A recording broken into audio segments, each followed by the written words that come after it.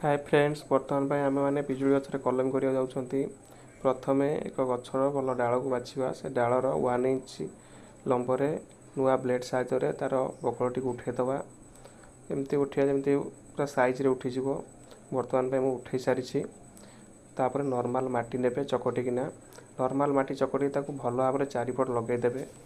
आटी को प्रथम भलसे भाव चकटी देवे, ना से भलसे लगे भल भाव चकटी। ये किसी अलग जिनस व्यवहार करना भल भाव लगेदेली। कौन कपड़ार हो कि अखारे हो, अखाटा पानी के अधिका ओदा रहे। मुझे भी देख पार्थ्वे आहरी गोटे करू साइड को कर सबुड़ा एका सागर खोलिया। मुझे भिड़ी दूसरी बर्तमान अखा को भल भाव भिड़ी दूसरी। ये 2-3 टी मुझे वीडियो मध्यम आप गोटे केवल देखा।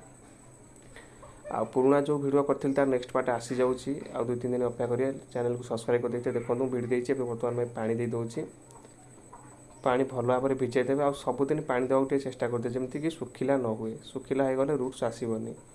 तामती 20-25 दिन पानी देवे, तापर खोलीदेवे। नेक्स्ट पार्ट यार मुझे आनी 20-25 दिन पर। आगुरी जो पार्ट 1 सब बनई तार से वीडियो सब आसी जाऊँगी 2-3 दिन भितर। चैनल को सब्सक्राइब करूँ, लाइक करूँ नेक्स्ट पार्ट देखिए। धन्यवाद।